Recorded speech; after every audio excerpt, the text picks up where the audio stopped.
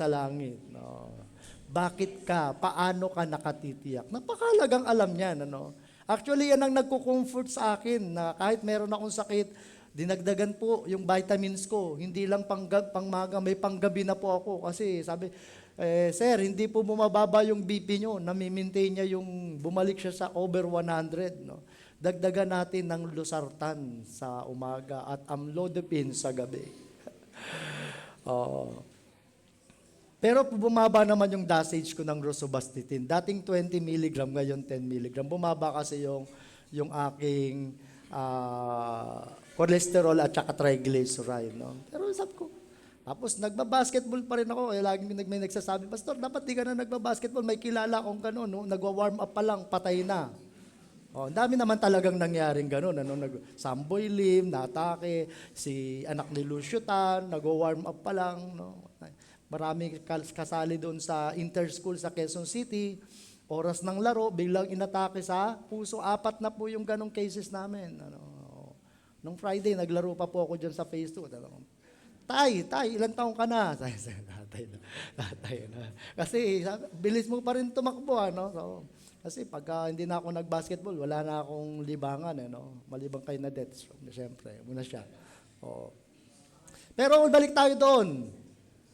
Yung pre-encounter na lesson, yung first booklet, I would like to appreciate Brother Bruce that after he received yung copy, he used that booklet in their Bible study. I saw that on the photo you posted sa ano. Oh. Yun yung tiyakin na anytime kang mamatay, hindi naman natin alam ano, araw-araw may balita na aksidente, namatay. Tiyakin doon sa lesson na yon, sa first booklet na yon, yung katiyakan ng kaligtasan. Of course, pag may katiyakan ka ng kaligtasan, ibig sabihin nun, may katiyakan ka na na-born again ka. Nailigtas ka na ng Panginoon mula sa kapangyarihan ng kasalanan at sa kabayaran nitong kamatayan. Hindi po ako nagbibiro, tanungin mo ng seryoso yung katabi mo. Kung mamamatay ka mamaya, paglabas mo sa lugar na ito, paglabas, masagasaan, mabaril, may nagbarilan at tamaan ka, hindi ka na nagising, tiyak mo bang sa langit ka pupunta? Sige po, tanungin nyo po. Tapos, antayin nyo yung sagot. Sagutin nyo. Pag ang sagot, sasabihin niya, tiyak ko po kasi mabait naman ako. Nako, hindi pa po yan talaga nabuborn again. Pag ang sinabi niya, wala naman po akong inagrabyadong ibang tao, wala naman akong inutangang hindi ko binayaran, hindi ko naman chinichismis yung kapitbahay. Pag yan ang sagot, nako, hindi pa yan nabubuo, hindi niya pa naiintindihan talaga yung ibig sabihin ng kaligtasan sa pamamagitan ng masaganang biyaya ng Diyos sa pamamagitan ni Kristo Jesus. Tapos yung post-encounter, makatulong sa kanya sa pagsisimula niya bilang mananampalataya kay Kristo sa kanyang paglago. At yung 3 booklet na School of Leaders, ay makita niya saan siyang bahagi ng ministeryo, nais ng Diyos na maglingkod. Yan. Okay, sino po rito yung tiyak ng pag namatay sa langit pupunta? Yan. Amen. No. Not because we are good, not because we are righteous on our own, but because of the grace of God that is showed and poured to us in Christ Jesus. No? Pangalawang tanong, sino po rito yung alam niya na yung tama niyang kalagyan? Di na siya kakanta ng, dito ba? O dito ba? O dito ba? O dito ba? Ang dapat kong kalagyan. No. Hindi na siya kakanta ng ganon. Kasi ako noon, Lord, gusto mo ba ako maging janitor sa church namin? Apply ako, hindi ako tinanggap. Sali ako sa choir, kanta ako. Nagko-concert pa, kailang concert pa nga kami. Until later on, na-realize ko, hindi talaga ako dun eh. Ang pagkatawag sa akin ng Diyos ay para mag-pastor ng church. At yun maliwanag, kaya hindi ako kung saan-saan nagpupunta. Okay, tanungin muli katabi mo, alam mo ba saang ministeryo ka ng Diyos nilagay? Nais ilagay, no? Alam mo na. Oh. Minsan pipiliting kumanta, hindi naman doon eh, no? Trying hard. Di ba? Minsan pipiliting magturo. Minsan gustong maging church leader. Pati yung pagiging leader po sa church, calling yan. Ang Diyos ang nagdi-decide niyan. Ang banal na Espiritu ang nagdi-decide kung anong bahagi ng katawan ka magiging epektibo. Amen? Oo. At pag pumunta ka sa hindi mo dapat kalagyan, sasabihin sa'yo ni Cherry Hill, trying hard, copycat. Tapos bubuhusan ka pa ng tubig. Mahalaga yan. Dapat alam, yun yung purpose ng School of Leaders. At lahat ng mga members ng church na 3 years old and above, dapat tatapos na yung lesson natin na E12. At yun yung sa pangalawa, yung 3-year, kung nakita mo namang may calling ka para magpastor, sa ngayon, ang marang nag-confirm lang na may calling magpastor ay si Brother Paulo, si Brother Sam, hindi ko alam kung meron pa. Kung alam mo may calling ka, ay maganda yung magkaroon ka ng paghahanda.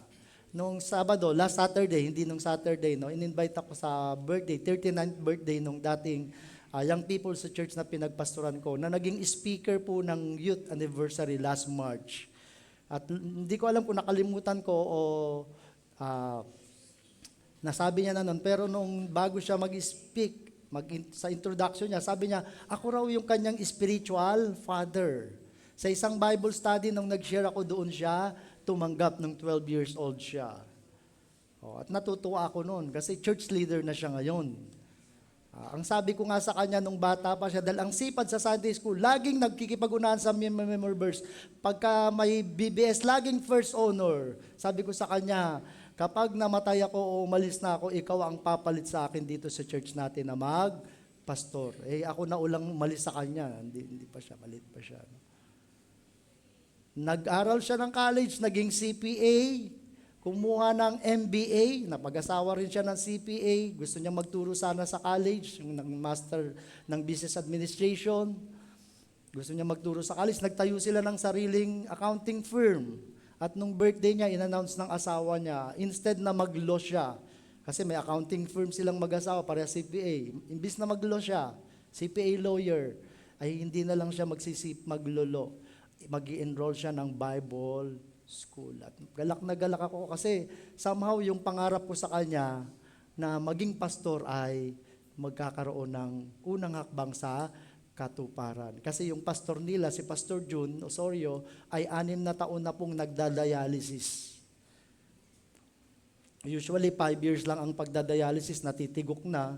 Pag tumagal ng 8, masaganang biyaya na ng Panginoon. At ang challenge ko sa kanya, kung darating man, although sinabi ko kay Pastor June, di ko naman minabadali, Pastor, na mamatay ka, baka mauna pa ako sa iyo. Pero kung darating ang panahon na mawawala ka, pinagpipray ko na itong young people na ito, ngayon hindi na 39 years old na, ang magiging pastor. At napakaganda ng kanyang gagawin na paghahanda na pag-i-enroll sa Bible school. Ngayon, ipapakita na ng Diyos kay kanino? Kay Paul, kay Saul, yung kanyang mararanasang unang dalawang pag-uusig. Yan, yung una sa Damascus. Review lang tayo, Yung mga Jewish leaders doon ay nagplano na siya ay patayin, nakipagsabuatan o kumuha sila ng suporta kay King Aretas na siyang hari ng Nabatian kingdom.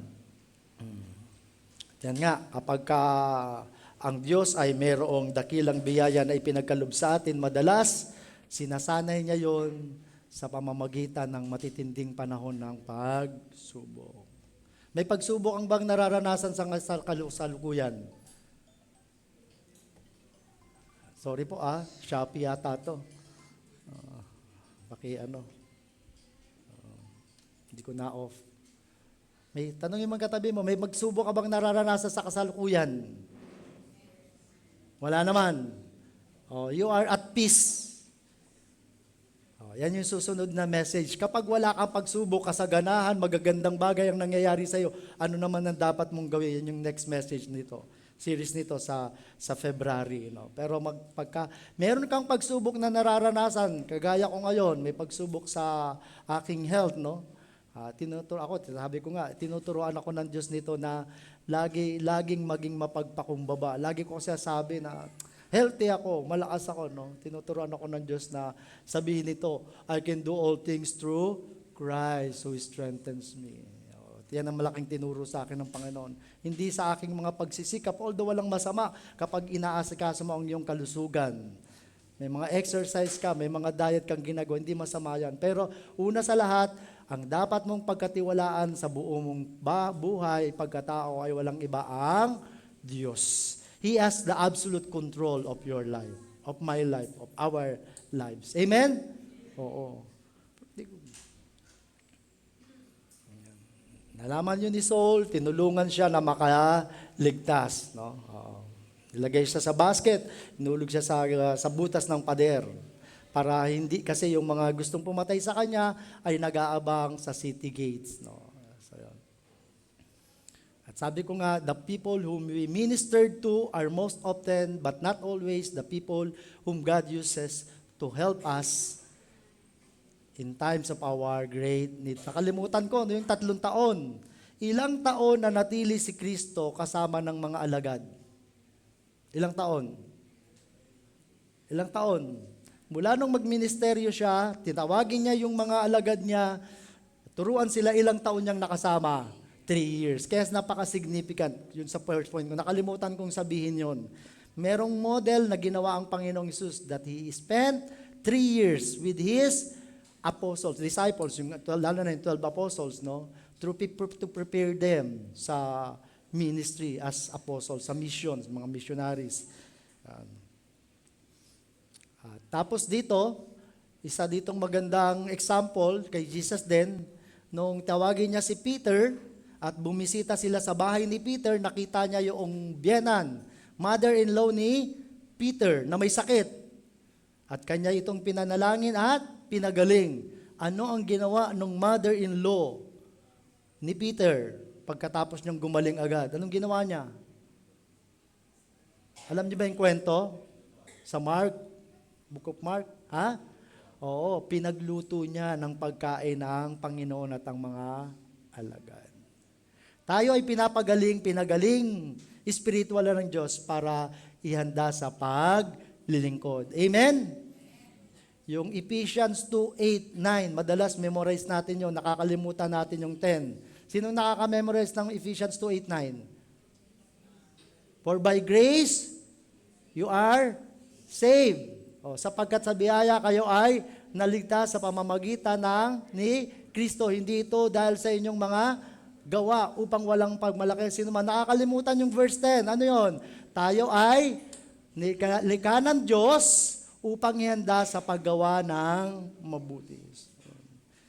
Kapag ang Diyos ay nagmi-minister sa atin, sa anumang bagay, pinagpapala tayo, ibig sabihin, inihahanda tayo ng Diyos para sa paglilingkod sa Kanya. Amen?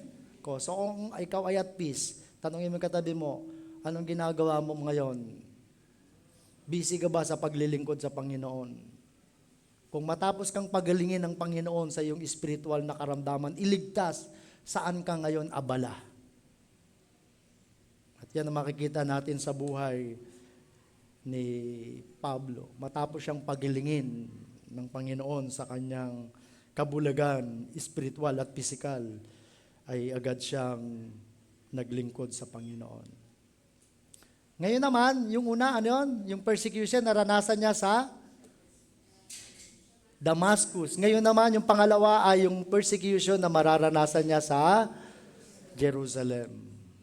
Makibasa niyo po, para matulungan niyo rin po ako sa pagpapahinga. Makibasa niyo po ng sabay-sabay ng malakas. Ready, go.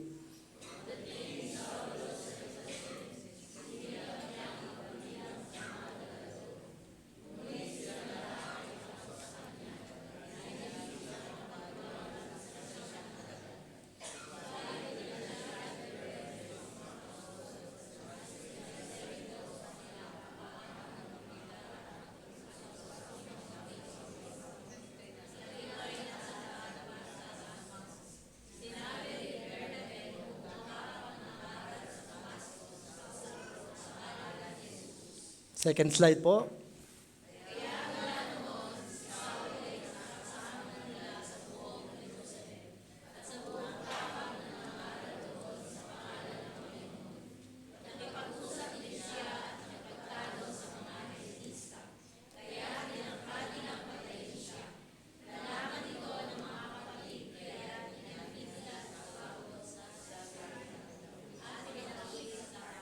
Purihin po ang Panginoon sa pagbasa ng kanyang salita. Tayo pong lahat ay manalangin. Maraming salamat po, Panginoon, sa napakaganda, napakaaliwalas, napakapreskong umaga na ipinagkaloob mo sa amin sa umagang ito.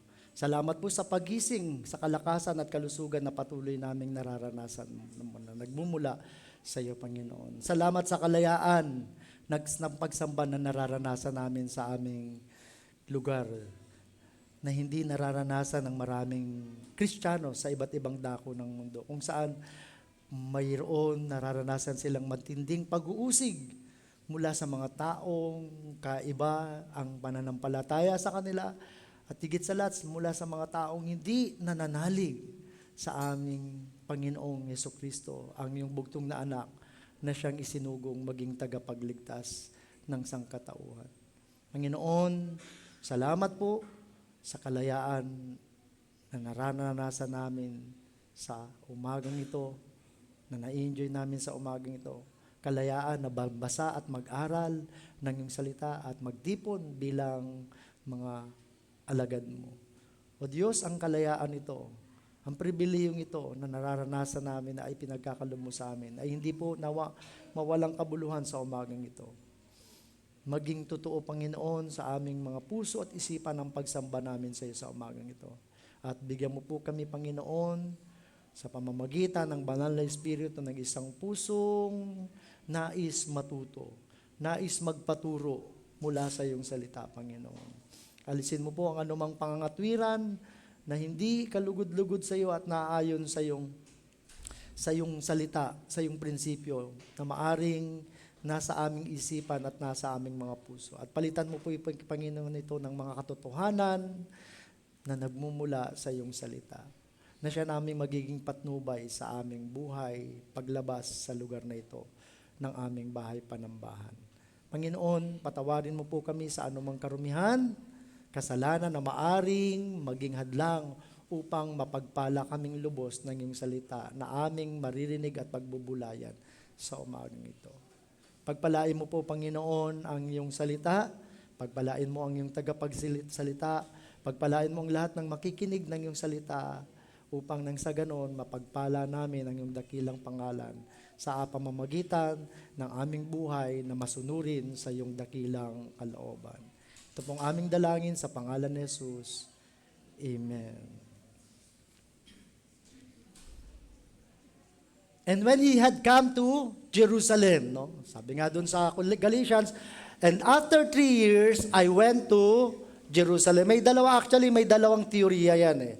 Yung pagbisita niya sa Arabia, kailan ba nangyari? Nung umalis siya sa Damascus, tapos pumunta siya sa Arabia, tapos bago siya pumunta sa Jerusalem, o kaya naman, pagkatapos ng conversion niya, pumunta siya sa Arabia, tapos bumalik sa Damascus, doon niya naranasan yung unang pag-uusig, at pag-alis niya sa Damascus, tumuloy siya pumunta siya sa Jerusalem. So maraming mga Bible scholars ang naniniwala doon from after conversion, ay pumunta siya sa Arabia, bumalik sa Damascus, naranasan yung unang pag-uusig, at pagkatapos noon, nung pag-alis niya sa Damascus, ay doon naman siya pumunta sa Jerusalem. So ano man doon sa dalawang teorya noon, hindi binabago noon yung mamahalagang prinsipyo na nabanggit ko na kanina. Isang bagay ang tinitiyak dito, that he visited Jerusalem 3 years after his conversion. Yun lang ang binibigyan din dito, na hindi siya kaagad pumunta at nakipag-usap sa mga apostol sa Jerusalem matapos siyang makakilala sa Panginoon, matapos niyang maligtas.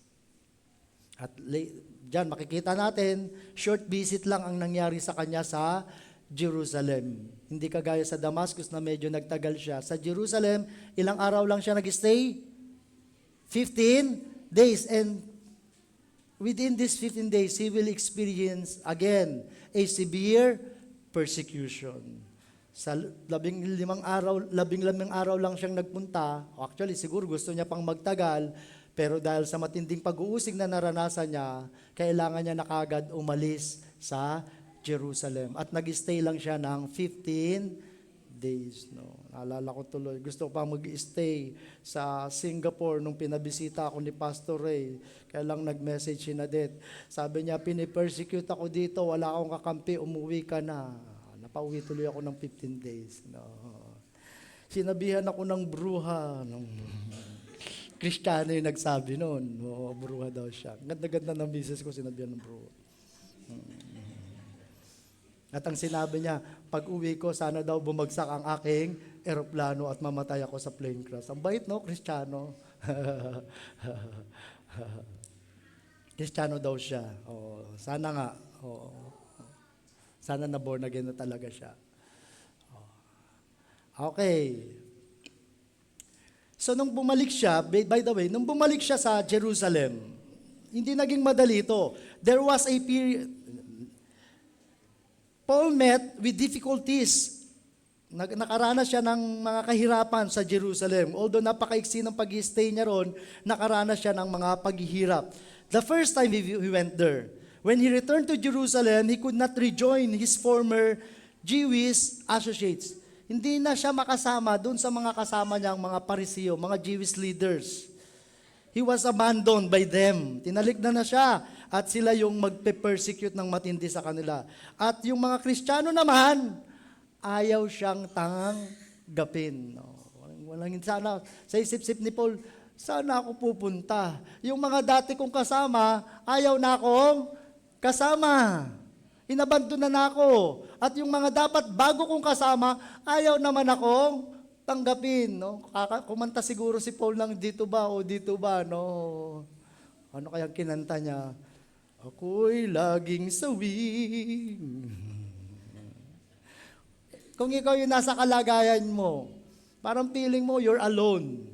Yung dati mong kasama, hindi mo na, wala, inayawang ka na, tinalikuran ka na, ayaw ka na makasama, at yung mga sinasabing kapwa mo Kristiyano na gusto mo makasama, ayaw ka ring makasama. Naranasan mo na ba yung ganon? Yung parang tipong walang gustong tumanggap sa'yo. Naranasan nyo na yon?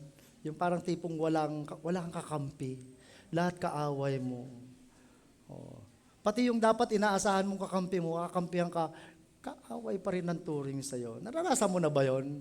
Di ba ang hirap? Tama ang hirap? Buti na lang si Lord, lagi nating kakampi. Amen. Yun ang maganda doon no? Sa tao, may mga pagkakataon na walang kumakampi sa atin at nag-iisa tayo sa laban natin. Pero ang nakakatuwa, ang pangako ng Panginoong Hesus, para sa iyo ang lamang ito. Hindi, si Manny Pacquiao yun. Ang pangako ng Panginoong Hesus, I will never leave you nor forsake you. I am always with you. Yun ang maganda ron. So una, yung doubt and distance from fellow Christians. DDFC, no? Hindi DDS. DDFC. Pagdududa at paglayo mula sa kapwa mananampalataya, kapwa Kristiyano. Tingnan natin. And we had come to Jerusalem, what did he do? He attempted to join the disciples. Sa isang translation, sa New Living Translations, he tried to meet with the believers. Ina-expect niya, i-welcome siya ng mga, siguro hindi na siya masyadong nag-expect dun sa mga Jewish leaders.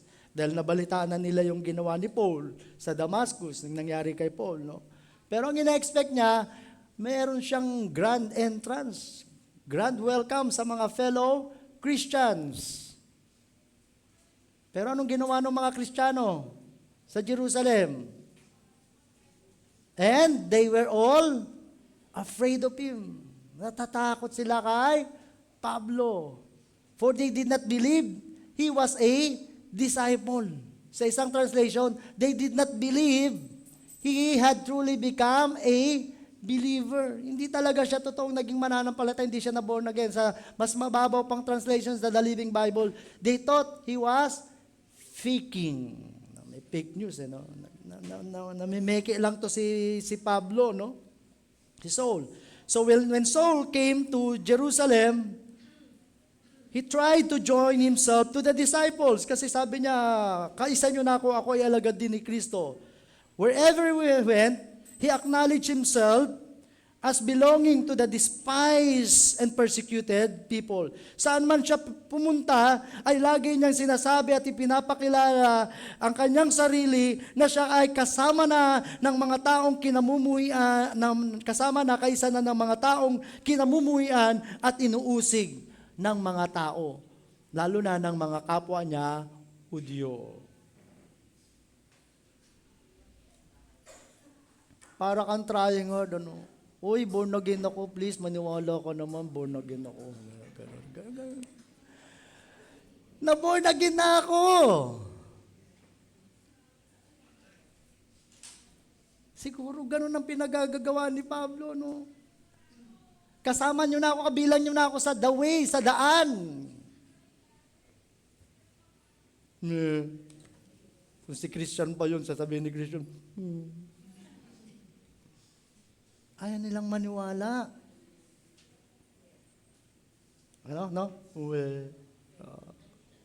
Naranasan mo na ba yun? May sinasabi ka, tapos ayaw kang paniwalaan. Alpa, narasabi mo, may sinasabi ka sa klase mo, sa kaibigan mo, tapos, huwag ako.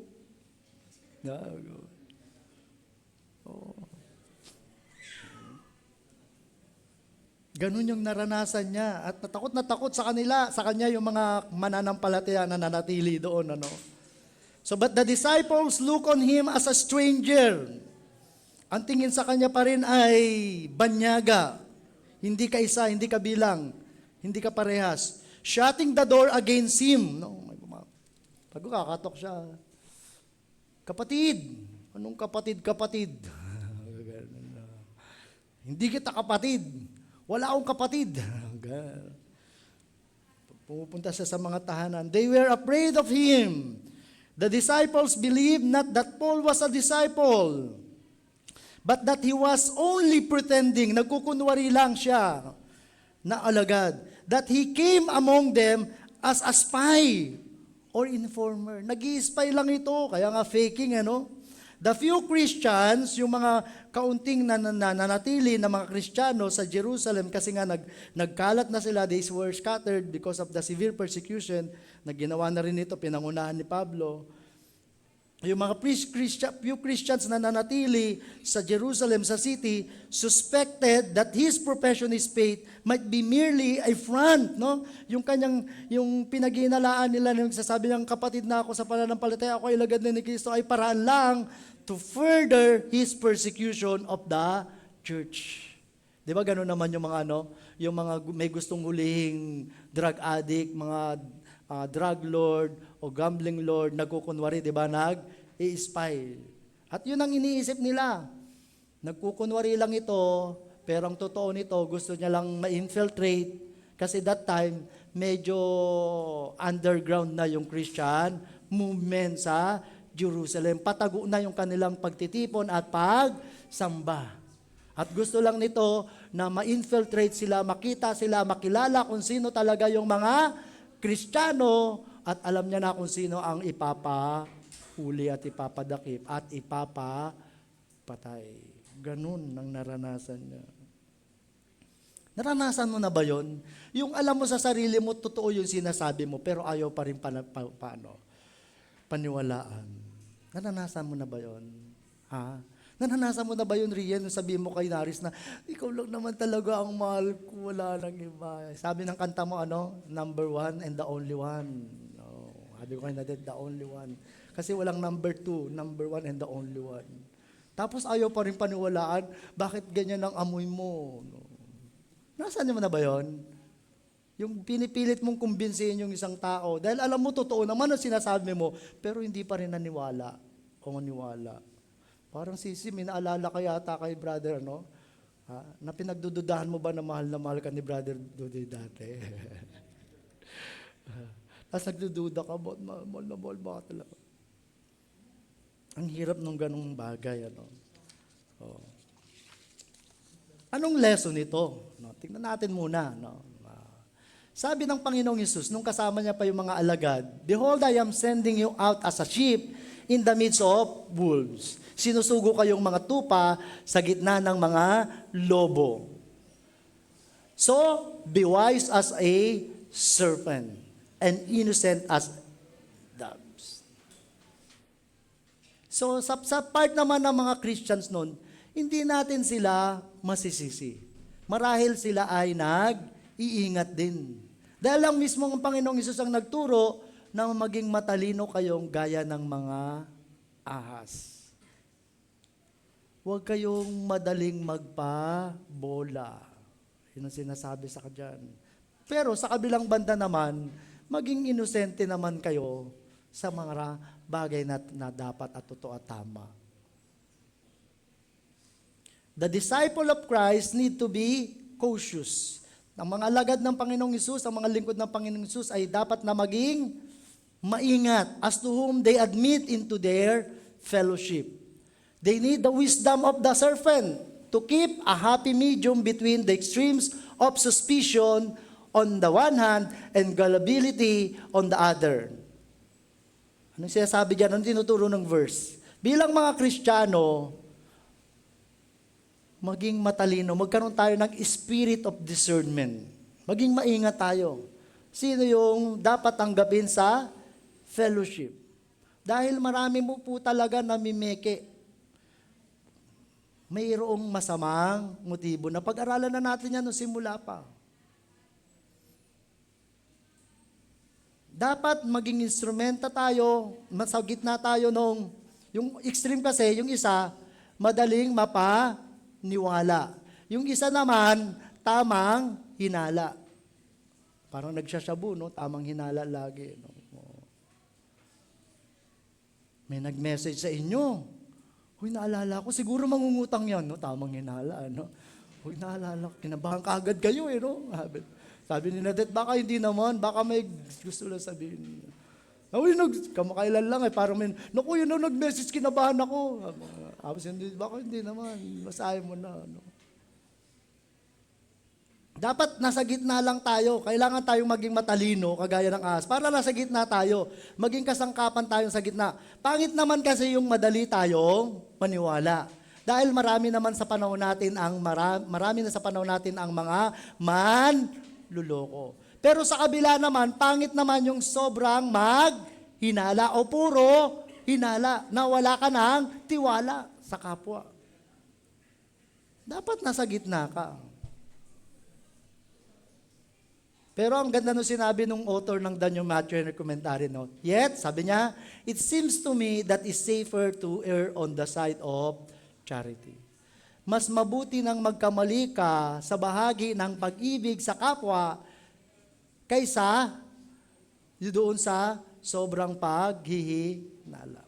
Ito na lang, natitest na lang. Pag may humingi ng tulong, di ba? Pastor, na ano mo, ibang-iba talaga sa Montalban, Pastor, no? Pastor Enrico, ibang-iba talaga sa Montalban, hindi mo inaanak, katok ng katok, ng ganda-ganda ng ayos, nangingin ng pamasko, no? Lahat na ng okasyon, nangangaluluwa, triko, lahat dami talaga. Pag may umulan lang dito, pag umulan na malakas, may kakatok na, lalo sa subdivision. Nabaha po kami. Namatay, yung isa namatay. May sakit, tapos nung bandang uli, namatay na po, pampalibing naman, ano? Ikaw, anong reaction mo? Sabi nung author dito, mas mabuti nang magkamali dahil sa pag-ibig sa kapwa. Kaysa hindi ka gumawa, hindi ka tumulong sa kapwa. Tapos nangangailangan pala siya ng tulong. Meron ba nangyari sa inyo noon? Hindi, umingi sa'yo ng tulong, naghinala ka na, hindi naman, nagluloko lang. Tapos may nangyari ngang hindi maganda. Tapos ano, Lord, patawarin mo ko kasi hindi man lang ako nakapagbigay ng tulong. Kaya na 40,000 na ako dyan 40,000 plus 10,000 plus 10,000, 60,000 na, no? Oo. Kaya ngayon medyo talagang maingat na ako. Oo. Kailangan wise as a serpent, no? Ayun na yung mga naloko sa akin, 10,000, 10,000, tsaka 40,000, ano? Oo. Sayang. Oo. Buhay pa daw yung 40. Ano ba yan? Gusto ko lang naman tumulong. No? Dalo na ako, 60,000. Yung 10, wala na eh. No? Yung 10 nga, bumalik pa sa akin, Pastor, may problema, walang pagmalamakain. Ano? Ito, meron akong real. Ito, papalit mo, ikaw na magpapalit. May dumating galing Saudi, binigay sa akin, ikaw na magpapalit. May utang pa 10,000 yun, may utang pa. Tapos sabi niya sa akin, Pastor, na-stroke ako eh. So, sabi ko, hindi kasi nagbabayad ng utang. Pastor, pag-pray kita, pag-pray mo muna sarili mo.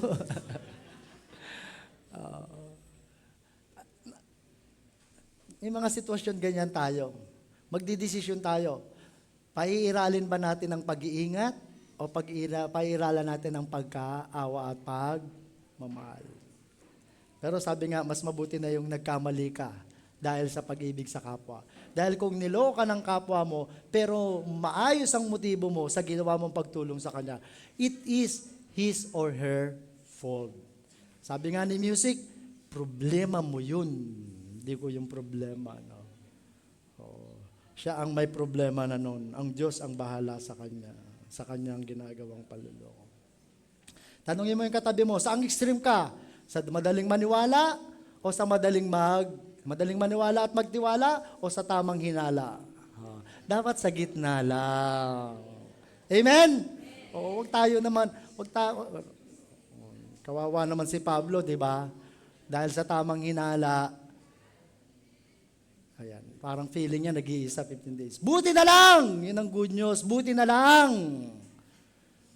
Ano yung buti na lang na yun? Merong Barnabas. Buti na lang, andyan dyan si Barnabas. But Barnabas took him and brought him to the apostles and declared to them how on the road he had seen the Lord, who spoke to him, and how at Damascus he had preached boldly in the name of the Lord. It is difficult to change our reputation, no? Napakahirap baguhin yung pagkakilala sa atin ng tao, lalo na't matagal nila tayong nakilala sa ganung pagkatao, sa ganung bagay. And Paul had a terrible reputation. Meron siyang kakilakilabot na reputasyon ng pagkakilala sa kanya. Binibihag niya, dinadakip niya, at ipinapapatay ang mga Kristiyano. But Barnabas, one of the Jewish converts, mentioned in 4:34 to 37, no? Meron ba yan? Meron dyan. Si Barnabas, yung sa chapter 4. Chapter 4 yan, di ko nalagay yan eh. For instance, sa chapter 4, verses 36 to 37, hindi ko rin nabalik yung 27, 36 to 37. For instance, there was Joseph, the apostle nicknamed Barnabas, the encourager. He was at the tribe of Levi from the island of Cyprus. He was one of those who sold the field he owned and brought the money to the apostles for distribution to those in need. Buti na lang nandoon mayroong Barnabas. Hindi lahat kagaya ng mga ibang Kristiyanong puro tamang hinala at ayaw magtiwala. Merong Barnabas na ginamit ang Diyos para alalayan, suportahan, i-encourage, no? Si Paul, ipakilala siya, no? Siya yung naging tulay kay Paul at sa mga apostles, no? Sabi sa kanila, Barnabas took him to the apostles themselves and declared to them what Christ had done for Saul and what Saul had done for Christ since, no? Ano yung ginawa ng Diyos doon sa Damasco kay Saul, at ano naman yung ginawa ni Saul matapos niyang katagpuin ng Panginoong Diyos. Ano dyan? Sabi na, declare to them how on the road they had seen the Lord, who spoke to him, and how at Damascus he had preached boldly in the name of Jesus. We are not told how Barnabas became aware of this. Hindi po sinabi sa kwento paano nalaman ni Barnabas na si Paul o si Saul ay nagsasabi ng totoo. Na totoo siyang na alagad na ni Kristo. Isa na siyang alagad kabilang sa mga Kristiyano. But however, he came to know it, he himself was satisfied, naniwala siya, nakumbinsi siya, hindi kagaya ng iba, concerning Saul's account on his conversion, and so he satisfied the apostles about it. Barnabas had either known Saul previously or he was a man of great discernment. Kaya nga sabi, be wise as a serpent. Hindi natin alam, di tiyak kung kilala niya ba si Saul before, walang nakwento, or binigyan siya ng Diyos ng great discernment. Meron siyang dakilang kaunawaan mula sa Diyos, for he recognized, naniwala siya sa sincerity ni Saul, yung pagkamakatapat ni Saul, and introduced him to the apostles. Buti na lang merong Barnabas na ginamit ang Diyos. Siya ay tinatawag na the encourager. Tanungin mo nga yung sarili mo, ikaw ba ay parang si Barnabas? Mahilig mag-encourage. Sige, pautangin mo yan. Marunong magbayad dyan. Yung pala magkasagbot yung dalawa. May isang salita yan. O kaya sasabihin sa'yo, alam mo, lumapit ako mentulo, sasabihin sa'yo, huwag kang mag-alala ako, sige, sasamahan kita. Ganun eh, no? Para makumbinsi natin, yun siya, yung kinakausap mo. Akong bahala sa'yo, ibaback up kita, ipupush kita, itutulak kita. Nasa likod mo ko, itutulak kita. Tapos pag tinulak kita, nadapa kaiwang kita.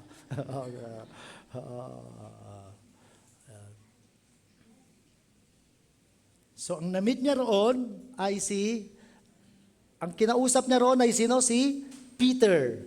At saka wala nang iba, yung iba na as missionaries, nagkalat na bilang mga apostol, nag-mission na sa iba't ibang lugar, at nakausap niya na lang doon ay si Peter, at saka si James na tinanggap na sa Apostle Circle, at later on, magiging leader ng Jerusalem Church, yung half-brother ni Jesus, no?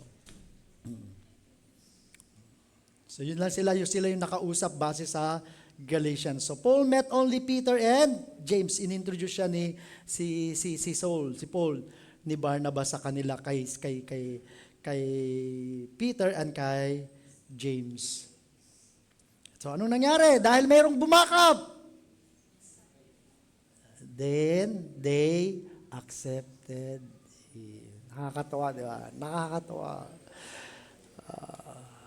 Dati ayaw kang paniwalaan, tapos merong nag-back up sa'yo, pinaniwalaan ka. Yung dati ayaw ka pa utangin, tapos may nag-garantor sa'yo, pinautang ka na.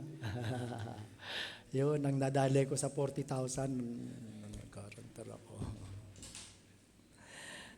Oy, okay to, pautangin natin to, may garantor siyang may trabaho, government employee. May kakayahang magbayad yan. Kaya pinadala ng sulat ng law firm na sinasabi, ididemanda ako. Kaya napilitan ako magbayad ng 40,000. Paul was admitted into the fellowship of the disciples. Anong lesson natin dito? Anong lesson? May magandang lesson, no? New Christians especially need sponsors. Ibig sabihin ng sponsors dyan, yung tagapagtaguyod. Dito sa sponsor sa sa birthday tsaka sa kasala, tagapagtaguyod. Who will come alongside, aagapay sa kanila, encourage, teach, and introduce, magpapakilala, encourage them to other believers. Find ways you can become a Barnabas to new believers. Nung bago ako mananampalataya, meron ng kapitbahay kami sa hindi nagbabago yan.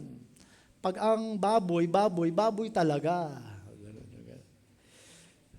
Ganun yung mga tao no. Puti na lang may mga nagtiwala yung pastor namin, hindi. Binago na siya ng Panginoon. Tuturuan ko siya. I-disciple ko siya. Para tumatag siya sa pananampalataya at maging maranasan niya yung pagbabago, yung kabanalan, yung pagbabago na nais ng Diyos na maganap sa kanyang buhay. Ikaw ba ay si Barnabas? Mahilig kang umagapay, mag-encourage, magturo, at magpakilala sa mga mananampalataya. Nung mag-resign ako sa dati kong church, pumunta ako sa Capitol Hills Christian Church. Doon sabi ko, kailangan namin may church ng anak ko, ng pamilya ko na aatinan. Dahil nag-resign ako sa church na pinagpastoran ko ng 8 years sa Batasan Tunan Baptist Church dahil nagturo na ako sa public. So sa umaga, umaattend kami sa isang church, tapos sa hapon, nagmi-mission po ako. Hindi ako minto sa pagpapastor kahit nung nagtrabaho ako. Kasi alam ko, maliwanag sa akin, tinawag ako ng Diyos para magpastor. So sa hapon, may mission, yung association namin, pumupunta kami na Dinadet, kasama ko pa si Micah, 4 kami sa motor, hindi pa mahigpit noon, muntik pa kami mabangga ng ABS-CBN na van sa Commonwealth, no? Isa si Micah sa harap, sa gitna namin si Music, tapos si Nadet sa likod, 4 yung, meron kaming bulok na Honda dati, no? TMS 125. Bumabiyahe kami. So, nung bago kami sa Capitol Hills, pagpasok namin, mga tingin sa'yo ng tao, ganyan, no? Nan mapanuri. Naranasan nyo ba yon? Sino to kaya itong taong to? Bakit nagsimba to? Normal yon. No? Nung una nga, ayaw ko pa magpakilala pastor. No? So attend kami sa umaga, mission kami sa hapon. Sama-sama kami. Tila Micah, bata pa yan, kasama na namin sa mission yan. For 2 years yun, nag-mission kami kasama sila, mga anak namin. Wala kasi kaming pambayad sa katulong. Yun. Kaya kailangan namin silang isama sa kung saan man kami pumunta. Pumunta kami sa Capitol, nakakakilala sa akin. Ang tingin sa'yo, mga members doon, mas mayayaman kaysa sa inyo. Oh, honestly, mga milyonaryo. No? Yung isang member doon ay number 1 bar top notcher.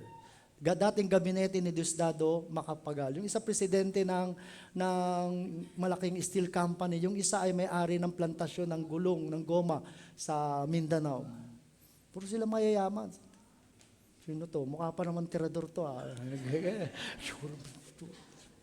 Siyempre, di ba? Makita mo, ako hindi mo ako kilala, makita mo ako. Gurado kakabahan ka no? It's either old dapper ako, di ba? Di ba? Hindi ba sila masisisi? Ganun naman madalas ang tao, di ba? They judge the book by its cover. Ganun naman, hindi naman sisisi. Yung appearance mo sa unang kita, ganun talaga yun. So, attend kami. Later on, nakilala nilang pastor. Duda na sila kasi yung mga pastor doon, mahilig mangutang. Yung mga pumuntang pastor, mahilig mangutang sa mga mayayamang membro. No? So, may duda sila. No? 1 year, nag-stay kami ng 1 year, 2 years. Buti na lang, yung professor ko sa Bible School, na isa sa pinakamagaling ng preacher sa Evangelical Christian, hindi lang sa Southern Baptist, naging speaker namin sa isang anniversary. At nung makita ako, excited siya, Novem! Sabi sa akin, uy, kilala mo yun? Magkakilala ko. Professor ko yan. Actually, na-invite pa nila ako sa church nila nung nag-minister kami sa mga batang kalye, mga adik-adik. Kasi nga, mukhang adik ako, di ba? Pinadala ako doon. Sabi nung teacher ko sa gitara, na rakista, mag-testimony ka doon sa mga adik-adik sa amin sa court. Punta ako doon. Ano kita ko? Pinakain pa nga ako niya sa bahay. Novem! Uy, magkakilala kayo. Yung pala, yung mga iba doon, na pastor, mga taga-Jensan. So, mga kalugar nila sa Jensan. Doon nagbago na yung paningin nila sa akin. Ang gwapo ko na. Mapagkakatiwala ang tao pala to.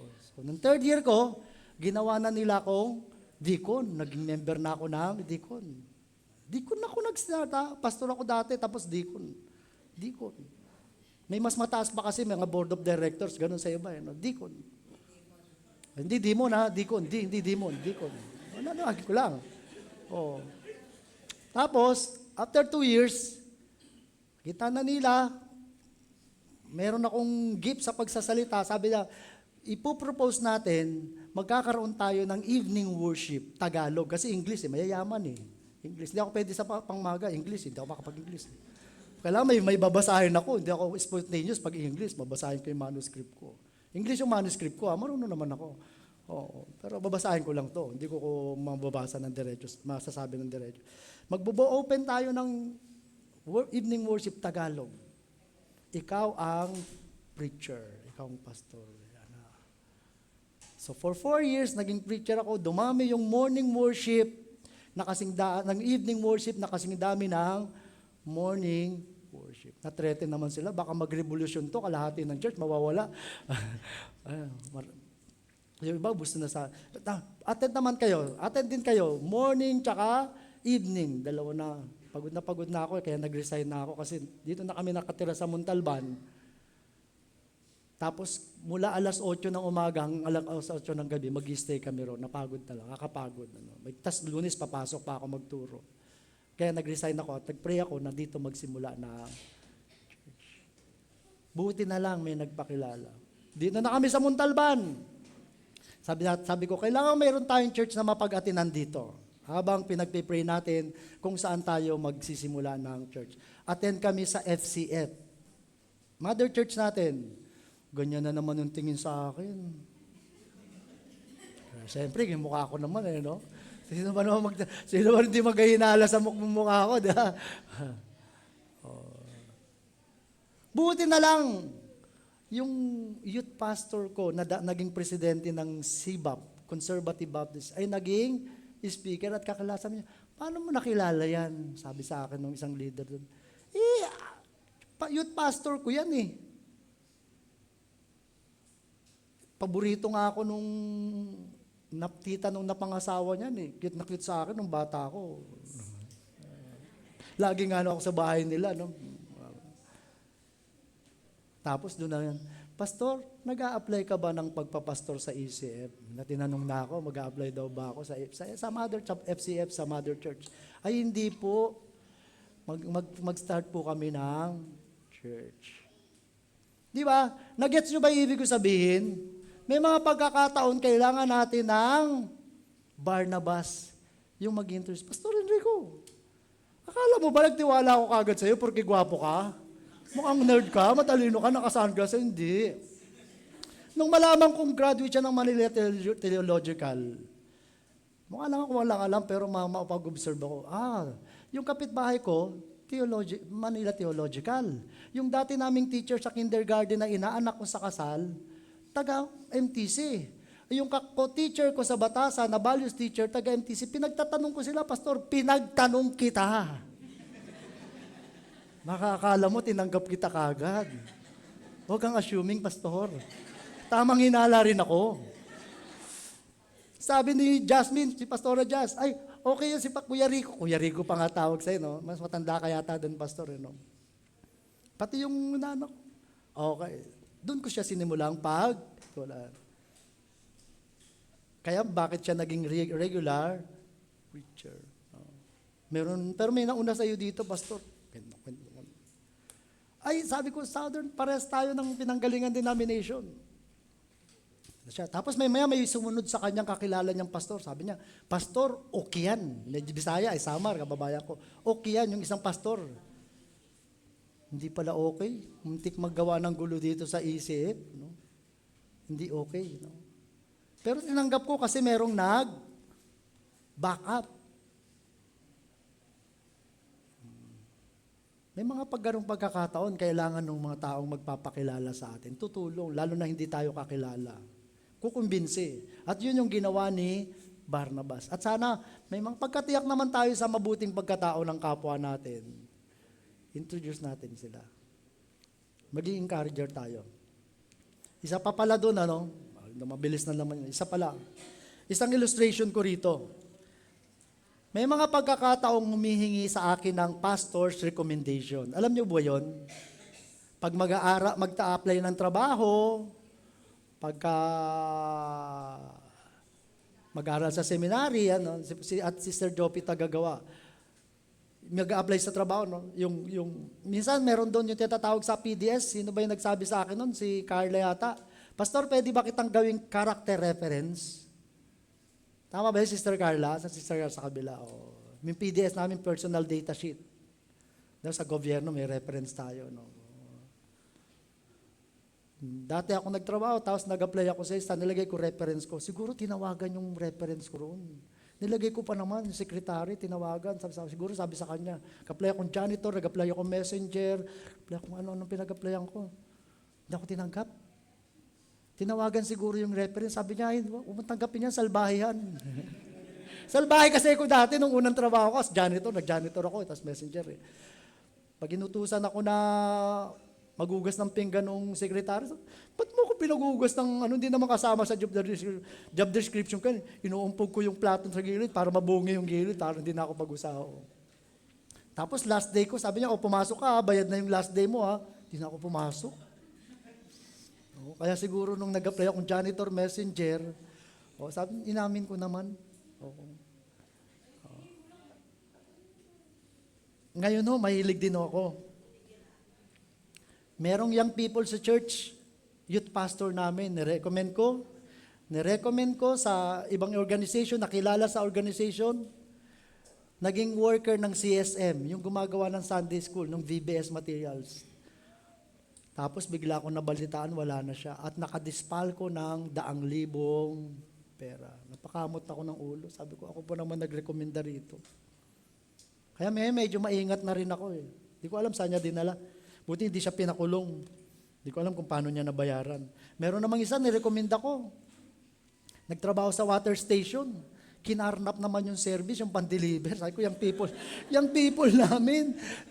Para magkatrabaho, tinulungan ko, magkatrabaho sa isang Korean na negosyo, yung water station, yung delivery brand, tinakas doon, pinada sa purview, pinag-practicean.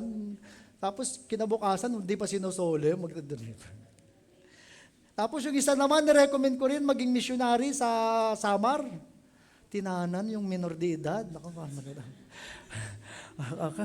Ang hirap din pala maging Barnabas. Kaya kailangan talaga, sabi ni Jesus, be wise as a serpent. Kaya pag magpaparecommend ka sa akin, kaya titingnan ko muna pagmumukha mo. Okay lang sana kung kilala. Ang mahirap yung hindi nagsisimba, tapos hihingan yung pastor's recommendation. Nasabihin kong maganda. Sabihin ko, active member ka, hindi ka nga nagsisimba. May mga ganun eh. Makakaalala, member ng church, hindi na nag-church, nag-apply, tapos ina-applyan niya, hihingan siya ng pastor's recommendation. Meron nga isang pastor, nag-graduate sa Bible school, tapos backslide. Sabi niya, gusto ko mag-aral ng masteral. Bigyan mo ko ng recommendation, ang sasabihin ko sa recommendation, na backslide ka, laksinggero ka. Diba? Ang hirap din. Pero kapag ikaw ay mabuting tao kagaya ni Paul, naniniwala ako, merong gagamitin ng Diyos na mag-encourage siya at tagapagtaguyod. Amen? Oo. Basta kilala naman natin, sure tayo. Okay, kailangan may, po yan advance siya ng 5 minutes, may 11 minutes pa po ako. Yung kanina, yung subpoint? Yung A? Doubt and distance from fellow Christians. O DDFC din. Danger of death from former colleagues. Yan. So anong ginawa? Naging labas-masok na kasama si Saul yung mga apostles at nag-preach siya boldly in the name of the Lord. But then, some Greek-speaking Jews with whom he had argued plotted to murder him. Sabi nung mga nabasa ko, itong grupo na to, nagpunta siya sa mga synagogues, ito rin yung mga nakausap, nakadebate ni Stephen. Actually, kasama rin ito ni Apostle Paul. Dati niyang kasama nito. Pero ngayon, hindi na sila parehas ng paniniwala at pananampalataya. Yung mga kasama niya dati, ayaw pa rin manampalataya kay Kristo. At si Pablo ay tagapagtanggol na ni Kristo. At nakipagdebate, nakipag-argue. At kagaya nung nangyari, naranasan ni Saul, ni Paul, natalunan siya sa pakikipagdebate kay Stephen, na napikon siya at pinapatay niya, ganun din ang naramdaman nung mga dating kasamahan ni Saul. Napikon, natalo, hindi dahil magaling si Saul, this time, kundi dahil nasa kanya ang katotohanan. He was empowered by the Holy Spirit. Lagi ko sinasabi mo yan, pagkakampi mo ang Diyos, you are on the winning side. Kahit marami pa sila, minsan akala mo talo ka, pero sa bandang huli, panalo ka. Basta kakampi mo ang Diyos. Nasa panig ka ng Diyos. ng katotohanan ng tama. So yun po. At kung gaano siya naging masagasig sa pagpatay, paghuli, pagdakip sa mga mananampalataya, nung hindi pa siya nakakakilala, ganun din siya naging masigasig sa pagtuturo sa pangangaral tungkol kay Hesukristo. Kung kaya siya ay pinagplanuhan na patayin. Pinagplanuhan siya na patayin. Labi siyang nakapagbigay ng pagkabahala at pagkagalit sa mga dati niyang kasama dahil naging parabang katibayan o bantayog siya ni Kristo, ng tagumpay ni Kristo na ayaw nilang paniwalaan. Nakita nila si Pablo, si Saulo, nakasakasama na ng mga apostol. Kung kaya't pinagtangkaan nilang patayin si Pablo. Kagaya ng ginawa nila kay Stephen. Kaya lang, hindi pa tapos ang Diyos. Kung paanong hindi pa tapos ang Diyos habang nasa Damasco si Pablo at si Saulo, hindi pa tapos ang Diyos sa buhay ni Saulo habang siya ay nasa Jerusalem. However, when the other believers heard what about his danger, they took him to Caesarea and then sent him to his home. So, inalalayan nila, inescortan nila, no? Inescortan nila. Yan. May sa mapa, no? Yan yung biyahe niya, no? Yan yung biyahe. Dito sila, dinala muna nila sa Caesarea, tapos biniyahin nila dito sa dagat papunta sa Tarsus. Bakit? Hindi pa tapos ang Diyos sa buhay niya. Hindi pa siya dapat mamatay, no?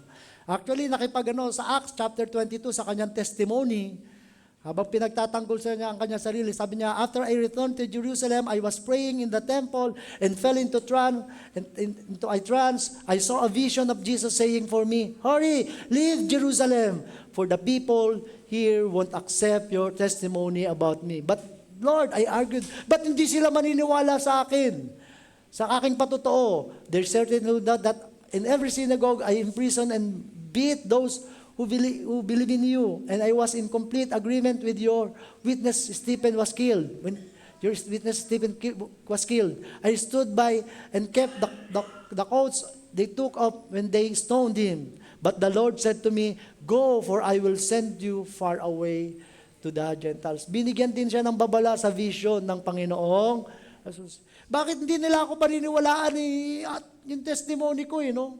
Again, reminder sa atin, our personal testimony is not the gospel.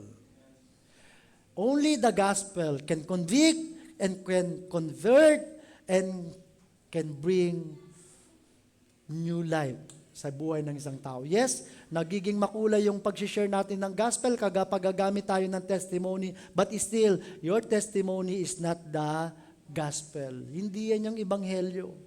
Patotoo lang yan sa kapangyarihan ng ebanghelyo. Ang ebanghelyo pa rin ay ang si Kristo na bugtong na anak ng Diyos ay isinugo ng kanyang ama na siyang maging tagapagligtas, na matay sa krus para bayaran ang iyong kasalanan dahil ikaw ay isang makasalanan. At ang tanging paraan para ikaw ay mapatawad, mapalaya sa kasalanan at sa kabayaran nitong kamatayan ay ang kamatayan ni Kristo. Hindi yung testimony mo. Kaya sabi sa kanya, ba't di sila maniniwala sa akin sa testimony? Pag ayaw nilang maniwala sa gospel, hindi rin sila maniniwala sa testimony mo. Nagkakaroon lang ng kabuluhan ng testimony mo kapag sila ay naniwala at nanampalataya sa ebanghelyo. Daan natin yan. Pampakyut lang yung testimony. Parang nagsusupport lang siya. Pero ang pag-evangelize ay dapat yung ebanghelyo. Na ikaw ay isang makasalanan, ako ay isang makasalanan, lahat ay makasalanan, at lahat ay nangangailangan ng tagapagligtas, at ang tanging tagapagligtas ay walang iba kundi si Kristo na namatay sa krus at nabuhay na muli at umakyat sa langit at muling babalik upang hatulan ang sanglibutan. Yan ang gospel. And after the visit, anong nangyari sa kanya? Nawala siya sa kwento, nawala siya na sa picture. Ano kayang ginawa ni Pablo nung dalhin siya sa Tarsus? Sabi niya, nasa Syria siya, pumunta siya sa Syria at sa Cilicia. At sabi ng mga scholars, probably nagsimula siyang mag-evangelize doon at nakapag-organize ng mga Christian churches. Dahil nung sulatan sila, after the Jerusalem Council, meron ng mga brothers o mga churches sa Syria at sa Cilicia. So anong lesson nito? Gusto ni Paul, napaka-passionate niya, napaka-fervent niya, napaka-drubdob nung kanyang pagnanasa na makapag-evangelize sa mga kapwa niya Hudyo. Pero sabi sa kanya ng Panginoon, hindi yan ang plano ko para sa iyo.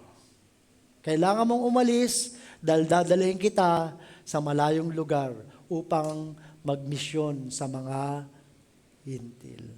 Anong lesson yan? Sometimes, change of location or place of residence, work or ministry, where you can serve God freely and effectively is part of God's plan for us.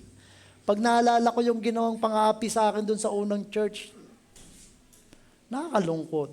Pag naalala ko yung pang-aaping ginawa sa akin dun sa pangalawang church, nakakalungkot. Ang sakit kasi ang mga nangapi sa akin kapwa mananampalataya.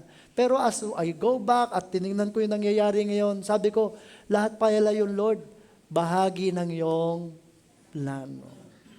Dahil dito mo pala ako dadalhin sa Eastwood, sa mga mayayaman.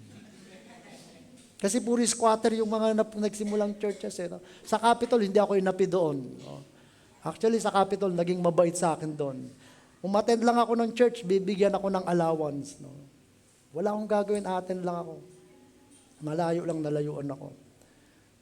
Pero ang point ko, minsan di mo intindihan, from Tondo, punta ka sa Navotas, from Navotas, napunta ka sa Quezon City, from Quezon City, napunta ka sa Montalban. Tapos later on, when you look on the bigger picture, sabi mo, lahat pala yun, plano ng Diyos. At isang bagay ang nais kong bigyan ng diin sa buhay nyo. Sa buhay na ng bawat isa. Minsan, may mga pagbabagong ginagawa ang Diyos sa ating buhay.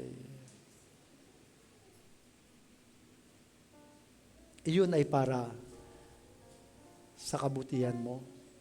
Yun ay para sa, ginamit ng Diyos, no? Yung persecution, ginamit ng Diyos para mapunta sa malayo si Paul. Para mas makita mo yung lugar na kung saan magiging epektibo ka sa paglilingkod mo sa Panginoon. Tanungin mo ang katabi mo, saan ka gustong ipadala ng Diyos? Saan lupa-lupa gustong ipadala ng Diyos? Ang totoo, nagtatanong na ako no? Lord, dito na ba ako sa ECF, tatanda at mamamatay? O meron ka pa ng panibago? Aawayin ba ako dito, Lord, sa ECF para umalis na naman ako?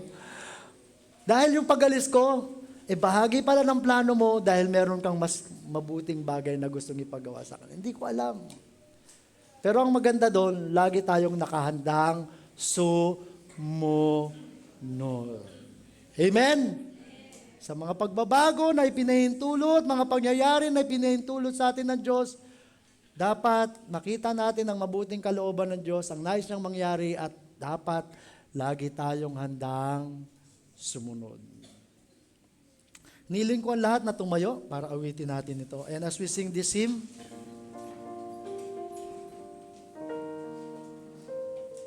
sa conclusion, suffering in Christ's name is part of His calling. Inevitable. Tiyak yan, di mo maiwasan sa lahat ng mananampalataya, yung mga paghihirap sa pangalan ni Kristo. But God has many human instruments and creative ways to help and protect His children. Amen? May mga paghihirap, may mga pagsusubok, pero marami ang Diyos na gagamiting tao, instrumentong tao at pamamaraan para tayo ay protektahan at tayo ay tulungan.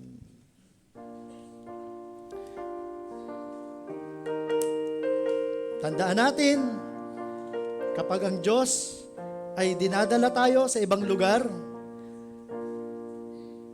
may planong Diyos at nais niyang saan man tayo dalhin niyang lugar, patuloy tayong maglingkod at maging tapat sa paglilingkod sa Panginoon.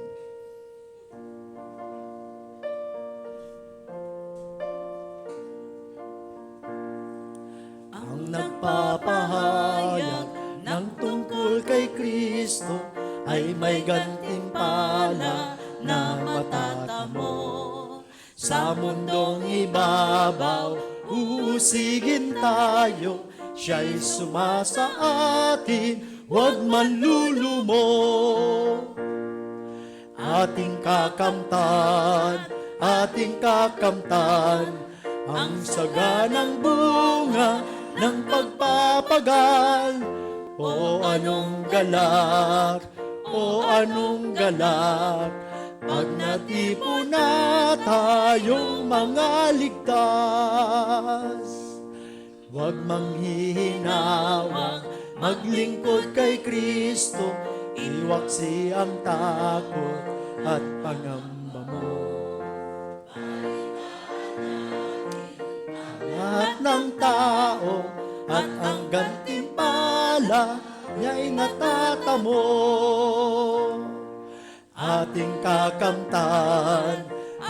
kakamtan, ang saganang bunga ng pagpapagal. O anong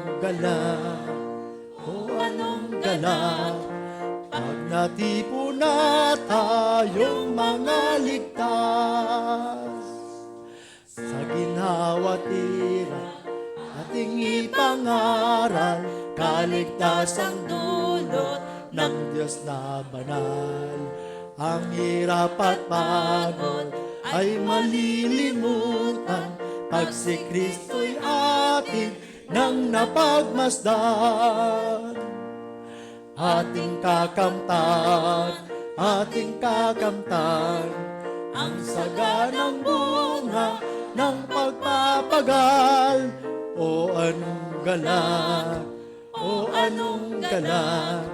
pag natipon na tayong mga ligtas. Aming Amang Banal na nasa langit, ipinangako mo sa amin na ikaw ang aming magiging Diyos at sasamahan mo kami sa lahat ng aming paglalakbay sa buhay na ito.